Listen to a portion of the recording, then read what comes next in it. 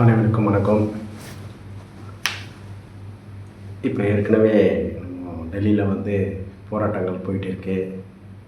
மாணவர்கள் போராடுறாங்க, நீட்டு வேண்டாம் அப்படின்னு சொல்லி போராடுறாங்க அப்படின்னு சொல்லி பல செய்திகள்லாம் வந்துகிட்டு இருக்கு, நியூஸ் போயிட்டு இருக்கு. ஆனால் உண்மை நிலவரம் என்ன? அங்கே போராடினவர்கள் மாணவர்கள் தான்.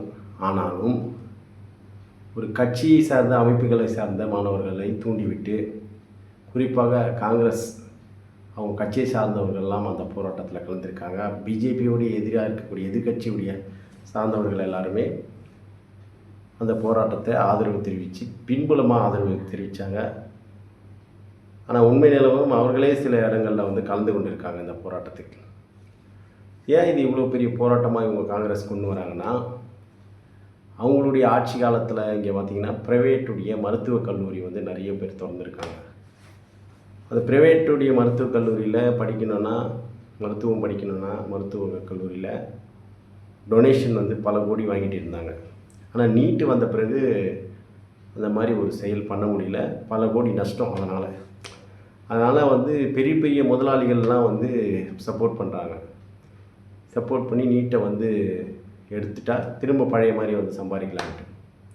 அதனால் காங்கிரஸ்ஸு அதுக்கும் அது மாதிரி மருத்துவக் கல்லூரி வச்சுருக்கிறவங்கெல்லாம் பெரிய பெரும் முதலாளிகளெல்லாம் மாணவர்களை தூண்டி விடுறதா ஒரு கும்பலை உருவாக்கி பண விரயம் செய்து செலவு செய்து ஒரு பெரிய போராட்டங்கள் தமிழ்நாட்டிலேயும் உள்ளுக்குள்ளே நிறைய இடத்துல போராட்டங்கள் பண்ணிகிட்டு இருக்காங்க. இது எல்லாமே எப்படி வரும்? ஒரு போராட்டங்கள் இயற்கையாக வரணும்னா ஒரு உரிமைக்காக வரணும். ஆனால் பின்புலமாக பணத்தை செலவழித்து இவ்வளோ கூட்டத்தை உருவாக்குறாங்க.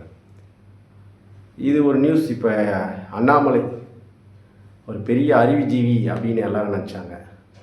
நான் அவரும் பணத்துக்கு ஆசைப்பட்டு அந்த மாணவர்களுக்கு ஆதரவு தெரிவிக்கிறேன்னு சொல்லி நியூஸில் தகவல் வருது.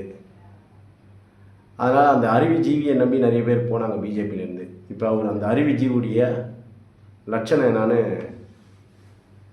எல்லாருக்குமே தெரிஞ்சிருக்கும்.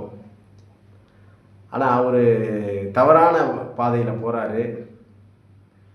பணம் என்பது முக்கியம்தான், ஆனால் அது நிரந்தரமாக இருக்காது என்பது அவர் உணரணும். இங்கே காங்கிரஸ் தொடர்ந்து காங்கிரஸுடைய தலைவர் அவர்கள் அங்கே அந்த போராட்டத்தில் கலந்துக்கினார். அவங்கள மோட்டிவாக பண்ணுங்க அப்படின்னு ஒரு ஒரு வன்முறையை உருவாக்குறாரு. அதனால் நேற்றுக்கு அன்றைக்கி கைது பண்ணாங்க. அதை கண்டித்து இங்கே பார்த்திங்கன்னா இங்கேயே மாணவர்களை தூண்டி விடுறாங்க. அது எவ்வளோ பெரிய ஒரு தேச துரோகம்னு பார்த்துங்க. மாணவர்களை தூண்டி விடுறதுக்கு எந்த அரசியல் கட்சிக்கும் தகுதி இல்லை. தடை போடணும். முதல்ல மாணவர்கள் கட்சியுடைய அமைப்பில் சேர்ப்பதற்கு தடை போடணும். அந்த கல்வி காலத்தில் முழுக்க முழுக்க அவங்களுடைய எண்ணங்கள் கல்வியை சார்ந்து இருக்கணுமே கண்டி அரசியலுடைய பின்பலம் அரசியல் உள்ள பொழுது அரசியல்வாதிகள் ஒரு மாணவரணியை உருவாக்கிட்டு அவங்க கண்ட்ரோலில் வச்சுக்கிட்டு நீங்கள் ஒரு 500 பேரை கூட்டணுமா, இவன் அந்த காலேஜ்லேருந்து கூட்டணுமா, இவன் இந்த காலேஜில் கூட்டணும். தமிழ்நாட்டில் இது ரொம்ப இப்போது சீரியஸாக போயிட்டு இருக்கு.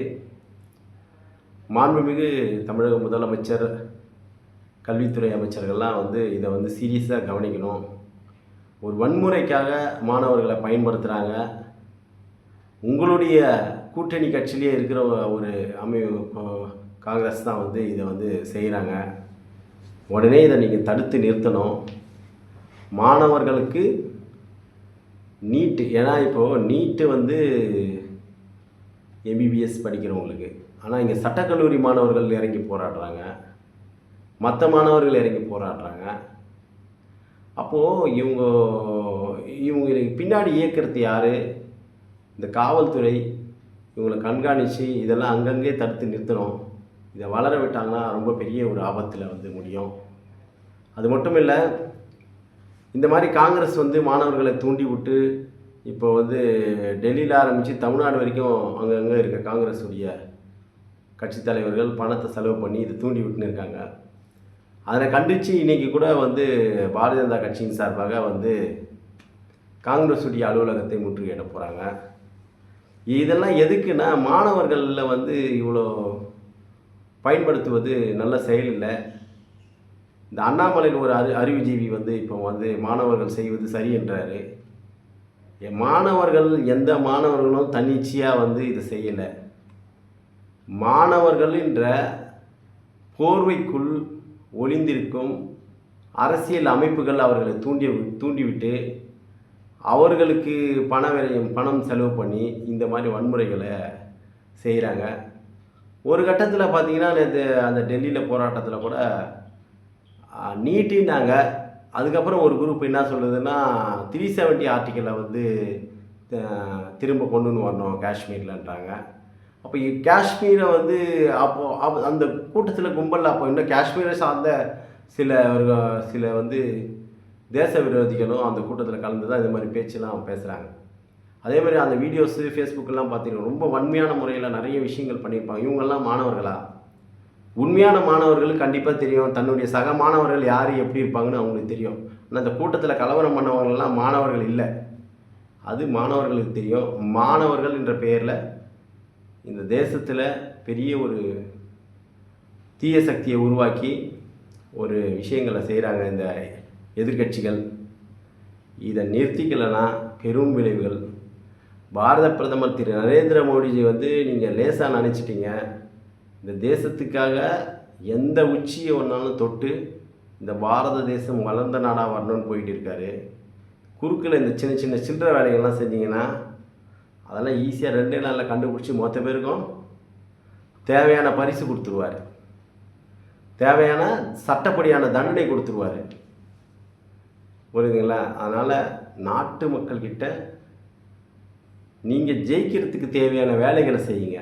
தவறான விஷயங்களை பரப்பி தூண்டி விட்டுறதுனால கண்டிப்பாக வந்து நீங்கள் காங்கிரஸ் வந்து ஆட்சியெல்லாம் பிடிக்க முடியாது. நல்ல விஷயங்கள் செய்யுங்க, நல்லதுக்கு சப்போர்ட் பண்ணுங்கள், மாணவர்களுக்கு நல்லது செய்யுங்க. மாணவர் என்ற போர்வையில் தீவிரவாதத்தை தூண்டி விட்டுட்டு இருக்காங்க. இதை உடனே தடுத்து நிறுத்த வேண்டும். தமிழக முதலமைச்சர் இன்னும் கூடுதலாக தமிழகத்தில் கவனம் செலுத்த வேண்டும். ஏன்னா இந்த மாதிரி செயல்கள் மற்ற மாநிலங்களில் நடக்கிறதுன்றது அவங்க பொறுப்பேற்றுப்பாங்க. நம்மளுடைய தமிழ்நாட்டில் இந்த மாதிரி செயல்கள் தொடர்ந்து அங்கங்கே கம்யூனிஸ்ட் வந்து இப்போ செய்ய ஆரம்பிச்சிட்டாங்க. இதில் இவங்க கூட சப்போர்ட் பண்ணணும்னு சொல்லிட்டு. அப்போ கண்டிப்பாக இந்த தமிழக அரசு வந்து கம்யூனிஸ்ட்டும் சரி காங்கிரஸையும் கூப்பிட்டு இந்த விஷயங்களில் மாணவர்களை தூண்டி விடாதீங்க. அப்படி நீங்கள் தூண்டி விட்டீங்கன்னா அது யாராக இருந்தாலும் கண்டிப்பாக அவர்களை மீது நடவடிக்கை எடுக்கப்படும் அப்படின்னு சொல்லி ஒரு அறிக்கை விடணும் கண்டிப்பாக தமிழக அரசு. இதெல்லாம் செஞ்சிங்கன்னா தமிழ்நாடு கண்டிப்பாக நல்லா இருக்கும், நல்ல ஆட்சி அமையணுன்றதுக்காக மக்கள் வாக்களிச்சிருக்காங்க. மக்களுடைய எண்ணங்கள் நல்லா இருக்கும், மக்களுடைய எண்ணங்கள் போல் இந்த ஆட்சி நல்லா இருக்கணும். நன்றி, வணக்கம். உங்கள் சிறகுகள் செய்தியாளர். நன்றி.